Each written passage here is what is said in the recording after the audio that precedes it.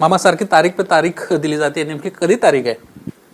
खरं तर मी आपल्या माध्यमातून माझ्या शेतकरी बांधवांना सांगू इच्छितो, हे तारीख पे तारीख म्हणण्यापेक्षा खरं तर ज्यामध्ये माझ्या राज्यातील शेतकऱ्यांचं हित आहे, ज्या एखाद्या धोरणामुळे माझ्या शेतकऱ्यांचं भलं होणार आहे, ते धोरण या राज्याचे मुख्यमंत्री देवेंद्र फडणवीस साहेब, एकनाथजी शिंदे साहेब, सुनीताराव पवार यांच्या मार्गदर्शनाखाली आणि यांच्या सूचनेनुसार या शेतकरी कर्जमाफीच्या बाबतीमध्ये सुरू आहे.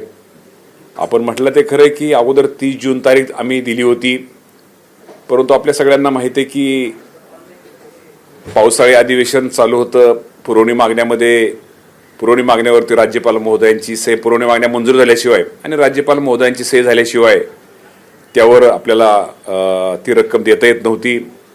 त्यानंतर आपल्याला एक लक्षात आलं की जे आपले मोठे शेतकरी, जे इन्कम टॅक्स भरणारे मोठे शेतकरी, त्या शेतकऱ्यांची सुद्धा आपल्याला यादी असणं गरजेचं आहे. कारण परत यादी एकदा आपण एखाद्या शेतकऱ्याला कळवायचं कर्जमाफीची रक्कम आणि परत त्याला नंतर कुठंतरी थांबवायचं, काय तर अडचणी, त्यामुळे सगळीच अख्खी यादी थांबवायची, ह्या गुंतागुंतीची प्रक्रियेपेक्षा माझ्या शेतकऱ्याला थेट लाभ मिळाला पाहिजे या उद्देशानं आपल्या सर्वांना माहिती आहे की इन्कम टॅक्सची भरणारे शेतकरी त्यांची यादी पण केंद्र सरकारकडून आपल्याकडे प्राप्त झालेली आहे.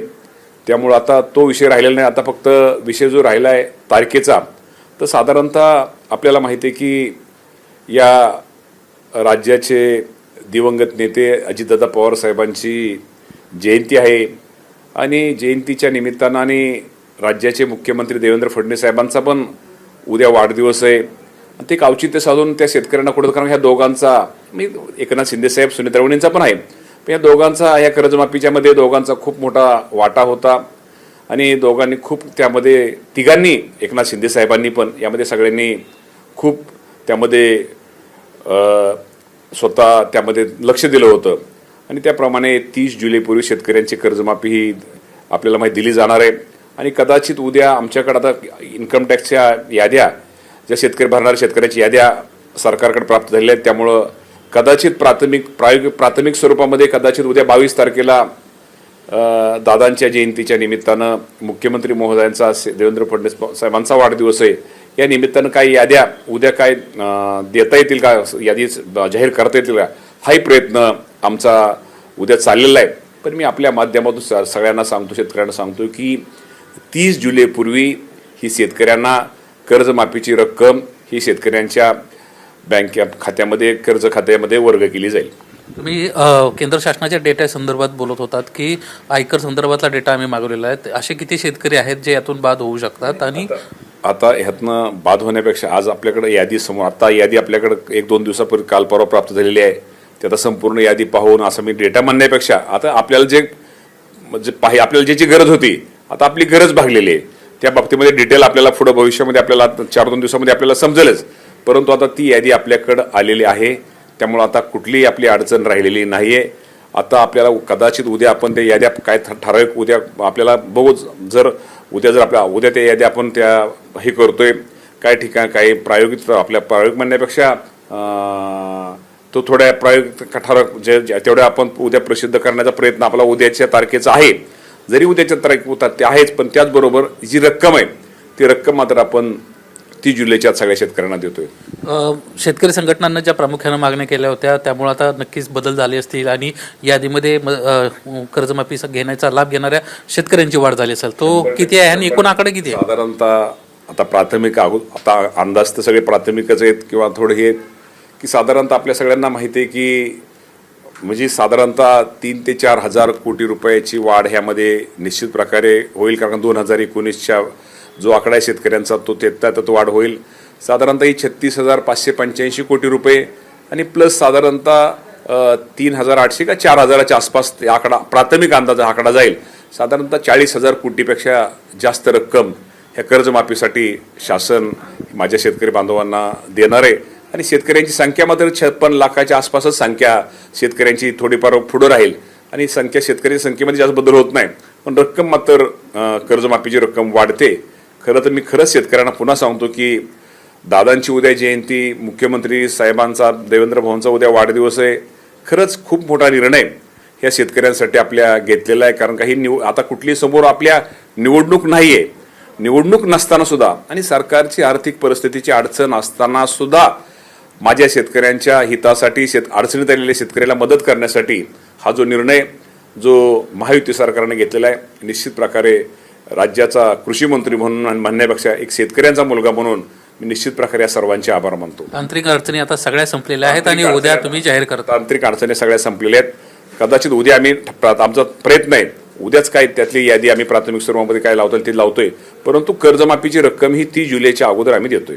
आपल्याला माहिती आहे की शेतकरी अडचणीत आहे आणि अडचणीत आलेल्या शेतकऱ्याला ज्या कुठल्या कंपनीने बोगस बियाणं देऊन त्यांची फसवणूक केलेली आहे त्यांच्यावरती आम्ही तर सगळ्यांनी तुम्हाला माहिती आहे की साधारणतः राज्यामध्ये आता 81 FIR दाखल आहेत आणि मोठ्या मोठ्या कंपन्याच्यावरती गुन्हे दाखल आहेत. साधारणतः आपल्या राज्याचा जर विचार केला तर साधारणतः सोयाबीनची 42 लाख हेक्टरवर पेरणी झालेली आहे आणि 42 लाख हेक्टरपैकी साधारणतः 16,385 हेक्टरवर 16,000 त्याच्यावरती त्यामध्ये आम्हाला बाधित क्षेत्र आढळलेलं आहे. त्या बाबतीमध्येच आमची चौकशी सुरू आहे. ते कुठलं त्यामुळं काय हे केलं पाहिजे आणि त्यामुळं जे अडचणीतल्या शेतकऱ्याला त्या बाबतीमध्ये काय मदत केली पाहिजे की बियाणं बदलून देण्यापासून तर आहेच, परंतु आजही DPDCच्या माध्यमातून शासनाच्या माध्यमातून काय करता येईल का तोही आमचा सगळ्यांचा प्रयत्न सुरू आहे. मुख्यमंत्री असं म्हणतात की 300 सॅम्पल घेतले होते, 130 सॅम्पल्स जे आहेत ते बोगस सापडलेले आहेत, त्यामुळे कडक कारवाई करण्याची तुमची काय मानसिकता आहे का किंवा आणखी शोध घेण्यासाठी? 100% कडक कारवाई FIR दाखल आहे सगळं त्यांनी दाखल 100% तुम्हाला मी सांगतो ना. म्हणजे ज्या मोठ्या कंपन्या जरी मोठ्या असल्या तर शेवटी माझ्या शेतकऱ्यांची फसवणूक केली ती किती मोठा पुढचा माणूस असू द्या किंवा मोठी कंपनी असू द्या त्याची आम्ही सरकार गय करणार नाही. जो कोण आमच्या कृषी विभागाचा आमचा अहवाल तर आपल्याला मिळालेला आहे, आमचं तिथं तपासणी पण त्यांनी सगळ्यांनी केली आहे, त्या बाबतीमध्ये निश्चित प्रकारे कारवाई ही आम्ही केलेली आहेच, पण अजूनही काय त्यामध्ये काय वाढ करता येईल तो करण्याचा प्रयत्न. किती तक्रारी प्राप्त झाल्या आणि गुन्हे किती दाखल झाले? साधारणतः आपल्याला माहिती आहे की एकूण तक्रारी संख्या ही 11,584 एवढ्या तक्रारी आमच्याकडे प्राप्त झाल्या होत्या आणि त्यामध्ये तालुका तक्रार निवारण समिती ही पाहणी साधारणतः 8,292 ठिकाणची पाहणी केली आणि सोयाबीन पिकाच्या बाबतीमध्ये 7,422 ठिकाणची नमुने हे आम्ही घेतले आणि 7,422 नमुने जे घेतले त्यामध्ये 763